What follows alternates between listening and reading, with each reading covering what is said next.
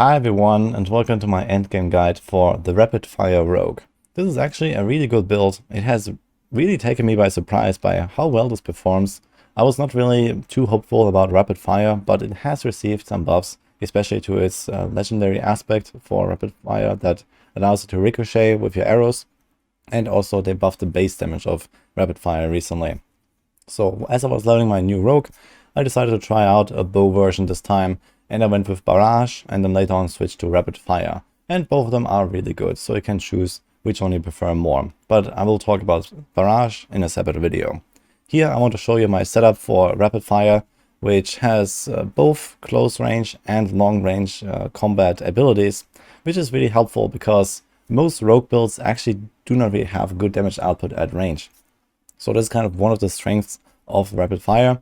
And you also have infinite resources, and you have a Shadow Clone in there that is active at least half the time or so, depending on your cooldown and attack speed values, so that you get extra damage output, extra clear, and it can deal with basically just about anything just fine. Rapid Fire is probably the best single target ability in the game overall as like a base skill. So the main issue that I try to solve for is improving its AoE clear potential. So I did this with various things. One is the Shadow Clone I mentioned, and the second is the Shadow Imbue. So with Shadow Imbue, you can blow up entire packs. If you invest into it a little bit, it is actually strong enough to clear packs entirely and once you start shooting into them. Or you can also use dash to dash through a pack and apply the Shadow Imbue to everything and then start shooting so that they all explode. So that is the main combo to clear AoE packs, and it makes the playstyle really fun and smooth because I have these agility skills, I have dash and shadow step. You also notice on my skill bar there is a poison trap. The poison trap is there to apply some trap synergies. I don't really lean into traps as much as on, for example, the death trap build, where I have the deadly ambush board fully maxed out and the poison synergies. The death trap is mostly like an extra backup choice, especially for long boss fights, to apply vulnerable. I can show you my full setup here. This is my little 78 rogue. I've been leveling with this for like 20 or so levels so far. So blasting through the end game, mostly just doing nightmare dungeons at a really good pace. Even at this stage, I do around 1 level up per hour right now, which is a relatively good pace to farm XP with, I think. This is pretty comparable to some of the other top builds, I would say. And I do this with mainly just running a diversity of nightmare dungeons, so no real weird farming strategy. I do not have a full written maxwell guide for this yet. This takes a long time to write. So I decided to make this video, and I have the planners linked in the description so you can go check them out there. I'm going to talk through the most important pieces here. So number one is Rapid Fire. Obviously you max it out, you try to improve it with a glove, and then you take improved Rapid Fire. A lot of people always ask me how to get my energy back. Well, this is it. Essentially, Rapid Fire sustains its own resources as long as you hit a vulnerable target. So you try to apply vulnerable with various means. Number one is the Exploit Glyph, which, well, basically every single build in the game should use, which we have here. So this is the No Witness board. It's very easy to activate here, even if it's not ranked up. And you can get vulnerable damage, and you can proc vulnerable for 3 seconds the first time you hit enemies. So this is number one. So always have this in your builds. And then we have various other vulnerable procs for longer fights, because not every fight lasts only 3 seconds, or sometimes you hit an enemy with like a stray arrow, and then you proc Exploit Glyph, and then they're not vulnerable again later. So another way to proc vulnerable is the Shadow Imbuement. So with the blended upgrade, you make enemies vulnerable for 2 seconds as well. So once you start popping those packs with Shadow Imbuement, then everything will be vulnerable anyway. And then usually monsters die like one by one and pop the vulnerable again. So it's very easy to apply in AoE. And lastly, we use the Poison Trap to also apply vulnerable with the Blast Trapper aspect. So this is like the backup choice here, for example, on boss fights. Not every boss dies in 3 seconds, it may be 5. So you kind of want to have vulnerable up, because if it's down, you don't have energy and you don't deal damage. So it's a really bad situation to be in. So usually you don't have to worry too much about applying vulnerable, because Exploit Glyph does it for you, and then the Shadow Imbuement does the rest. But for example, on the boss fight, I would like Shadow Step on them and then put on the Poison Trap immediately. And as long as the poison is ticking of the Poison Trap, which lasts 9 seconds, you will apply vulnerable as you shoot at them. So it's very easy to keep up. Back to the skill tree, we have dash and shadow step in this. So we can slow and we can stun.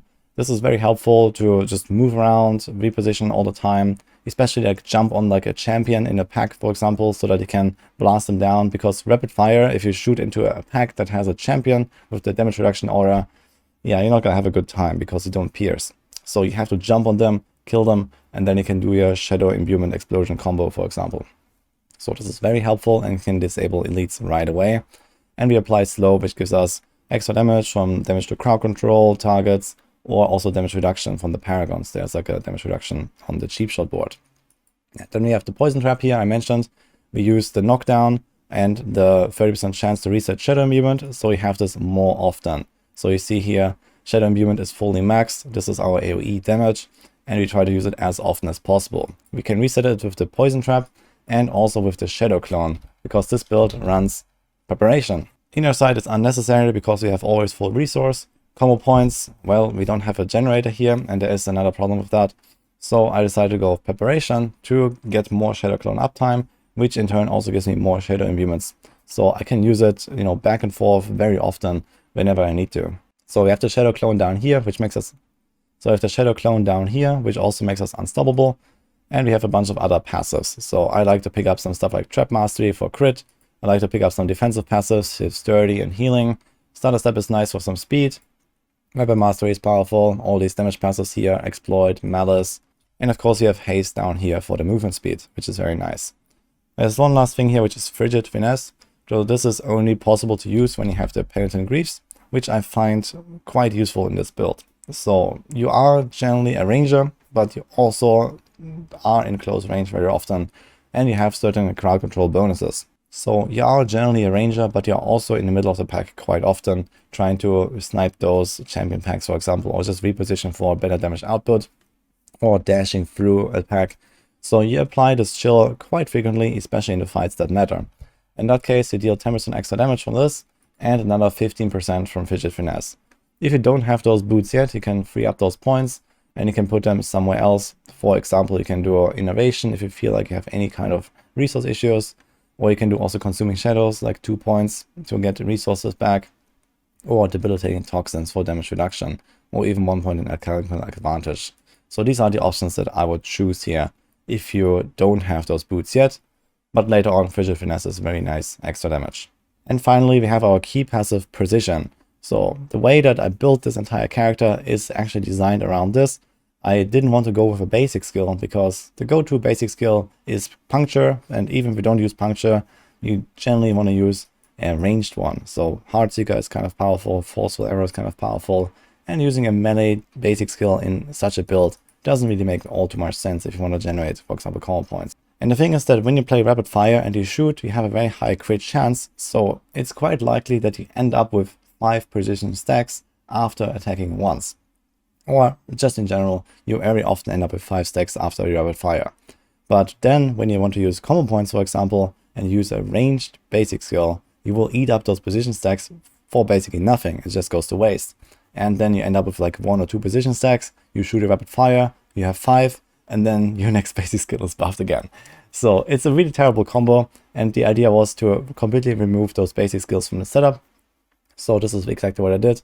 And now we have the poison trap, we have this infinite resource gain from rapid fire itself, and you very frequently have 5 position stacks. So basically every 2 or 3 attacks, I get a position proc. I get the full value of this passive for all of my attacks because there's nothing that can steal my position stacks here. And I always have this 40% extra critical strike damage multiplier for like, 1 in 2 or 1 in 3 attacks. Now let's talk about the legendary aspects. The most important one is the repeating aspect. So this gives you up to a 90% chance to ricochet to another target if you put it on a two-handed weapon. So this is not in the codex, you have to find it, and you want a really good roll because it has a pretty high range, 60 to 90. The roll has a fairly large range, so having a decently high roll of this is quite important, I would say, because this really smooths out the AoE clear. As I mentioned, one of the main weaknesses of this build is the AoE clear, and this is one of the main ways to solve that. Other than that, most of the other aspects are actually fairly optional, I would say. So we have the Blast Trapper. I mentioned you want to combine this with the Poison Trap to get the vulnerable in long fights. This is quite important, but having this just on the codex is fine. I do have the accelerating aspect here on the amulet for up to 36% attack speed. This helps with just more DPS and also more preparation procs. So as you shoot rapid fire, you will reset your Shadow Clone cooldown, and whenever you use Shadow Clone, you will reset everything else. So you want to use those things together and try to stack attack speed where you can. So most importantly from the accelerating aspect, and also for example you can have a glove with extra attack speed, so there are some ways to get a bit. Another really useful aspect for this build is Edge Masters, which gives you extra damage output when you have high resources, and you generally have full resources, so you benefit from almost the entire bonus. But right now it is disabled, so I'm not running it. I just have nothing on my other weapon here, but the build will be even better once they re-enable this. Then we have Smiting in here, which is a relatively okay aspect in terms of damage output. Also helps out a little bit with extra crowd control duration, so this is kind of useful. And we have Arrow Storms. I'm not a big fan of Arrow Storms, but there's not really all that much else to put into this, because we're not using combo points, we can't use stuff like Expectant and these kind of things. You could use Inner Calm if you stand still a lot, for example in boss fights, if you want to improve your boss damage, this might be an option. But I just threw this one in here. It does a little bit of extra chip damage. It helps out with some AoE clear. Not really a big fan of it, so maybe you're gonna find something better there. In terms of defensive aspects, we have Disobedience, super powerful. This gives you tons of damage reduction, especially against physical damage. And it's quite easy to stack this up quite a bit, either with just attacking, or when you get Shadow Imbuement explosions, or when you throw down a poison trap and it starts ticking. Especially then you get to 100 stacks very easily. So this gives you tons of damage reduction. We have Cheats, gives you more damage reduction from crowd controlled enemies, and generally most targets that we fight are crowd controlled because of the slow from dash, or the chill from Fidget Finesse, or even the knockdown from Poison Trap or something like that. And we have Umbrus. So this is how you get some free Dark Shroud stacks in this build. A lot of people ask me how do I get them, even though I don't have it on the bar, I don't even have it on my tree. You get 3 Dark Shroud stacks here when you attack, and our crit chance is extremely high, so this procs relatively often. The Dark Shroud stacks will not really stick around if you get hit in regular combat, but especially against boss fights, where you generally take really large hits, but very infrequently, this is a really useful aspect. And if you don't have the Penitent Glyphs yet, I would suggest to just go with a mobility aspect. There's Ghostwalker that you can craft in the Codex, or there is the Ravager that gives you 2 Shadow Step charges, which is also really nice to have. In terms of the item rolls and the stats that you want, it's nothing really special. You generally want to stack core damage, vulnerable damage, crit damage, and crit chance, especially on the rings. So you want to have a ring that looks like this: crit, crit, maximum life, and then maybe another damage stat. Same here, crit, crit, maximum life. So maximum life is generally quite powerful to survive. You want some damage reduction stats on your chest and pants in particular, so armor, damage reduction from clothes, etc. These are like pretty good defensive pieces. And then a bit of cooldown. For example, on the helm, you can have cooldown on the amulet. This simply smooths out the playstyle a bit with having more Shadow Clone users, more Shadow Imbuement users. So in general, stacking cooldown and also attack speed to get preparation procs is the way to go. In terms of weapon choice, you see me here running a bow. I was experimenting with this because I was hoping that the higher attack speed of bows would outweigh the vulnerable damage from a crossbow. I actually don't think so. So I think crossbow is still the way to go. But having a bow is kind of nice to make the playstyle feel a bit more smooth early on when you don't have that much attack speed. But later on, once you acquire a good accelerating roll and a good glove with attack speed, it's not really that needed to run with a bow anymore. And the crossbow is just superior in damage output through the vulnerable damage it has. Let's go over the Paragon setup here real quick. I spent some time optimizing this, and I think it's a fairly solid setup. So we use a total of 5 boards, 5 glyphs, and 3 legendary nodes. And we pick up some really good rare stuff on the way. So we start out here on the starting board. We have Ranger Glyph. This is a very powerful glyph for marksman skills. It buffs rapid fire. It gives you damage reduction. Really nice to have. Then the first board we attach is No Witnesses, which is a strength-based board for the glyph, where we can put Exploit. So Exploit is the most important glyph of basically any rogue build. It applies the vulnerable force, I mentioned this earlier, and you can already get it online here at around level 60 or something like that, depending on how many renown points you have already. And once you have this, the build really starts feeling like a build. Before that, it's not really that recommended to even play rapid fire in my opinion. As I mentioned, you need the repeating aspect, and you want the vulnerable on everything, and Exploit is one of the main ways to apply that. So before this, you might just be energy starved, or you might have to play with combo points and adjust the setup a little bit. If you are not at that point yet where you have the Exploit glyph and the repeating aspect, I do have a planner for a 1 to 50 leveling rapid fire setup. If you want to play this from the start with a fresh rogue or something like that, then go check that out. I have it linked in the description as well. Then we move on to the cheap shot board. I really like this one because of the safeguard node here. And also there's a bunch of randoms that we pick up. You see here there's Oppress with damage and crit against crowd controlled enemies. Here's Spearhead, which especially helps us with bigger Shadow Imbue explosions in packs. And we have an Efficacy Glyph here that buffs the rare nodes. So this is damage reduction from slowed enemies. You can slow with dash. And you have Devious for extra damage to crowd controlled enemies. Both of these are getting buffed. And we get even bigger Shadow Imbuement explosions. So with this, we get a total of times 1.2 and then times 1.4 from the corruption aspect. 68% buff to our Shadow Imbuement explosion damage and to the crit buff. So the crit buff of Shadow Imbuement is 15% baseline from the enhancement. And then you have these bonuses that makes it actually 25%. So when enemies are injured below 35% HP, you have like basically near 100% crit chance and just melt them. Then we move on to the exploit weakness board. So here we put the combat glyph. This is the biggest int board. This has 49 int, and this is the best int glyph to have with the crit damage. And we pick up Hunter Killer, gives us extra movement speed, some elite damage. Very nice to have, and you can kind of cycle this movement speed bonus with, for example, dash and shadow step and evading. So you get movement speed on evade from your boots, for example. And you can always have near movement speed cap mobility. And lastly, we have the Deadly Ambush board here for some trap synergies. So I didn't lean into traps fully like on some other builds, but we still picked up at the end here because this is the Turf Glyph, which is a strength-based one. This is like one of the biggest strength boards you can have with 54 strength.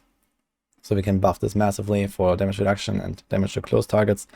And we have Deadly Ambush here, which is a 22.5% damage multiplier. It's actually quite powerful, but as I mentioned, we don't lean into this trap playstyle all too much. It's mostly there to like smooth out those boss fights. And especially because we have a lot of bonuses that work with only crowd control targets, which doesn't work on bosses because you can't crowd control them. We have this Deadly Ambush here, which is a nice powerful boost for when you need it against bosses. So with this setup, we have a really well-rounded package between AoE, single target, close range, and distant damage. Generally, you want to stay as close as possible, put on the trap, shoot right in their face, basically. But sometimes, you also dash through the pack, like you activate your Shadow Movement, dash through the pack, everything is slowed, you get damage reduction, you get extra damage bonuses, and you just start blasting into the pack and everything starts exploding. It feels very nice to play, it's very agile, and you have these different modes of play depending on the targets you're facing, which makes it really exciting. And that's it for this build guide. I hope you enjoyed it. I'm having a ton of fun with the Rapid Fire Rogue. I did not expect that I would enjoy it that much or that it would be even that good, but here we are. I'm gonna take this to level 100. I'm planning to kill Uber Lilith with this as well, with a tweaked setup of course, and let's see where this will take us. As I mentioned, I'll also be trying out some more stuff with Barrage and eventually penetrating shot with this character as well, but for now, I'm really enjoying the ride. So, hope you liked this video, I wish you good luck, and see you guys next time.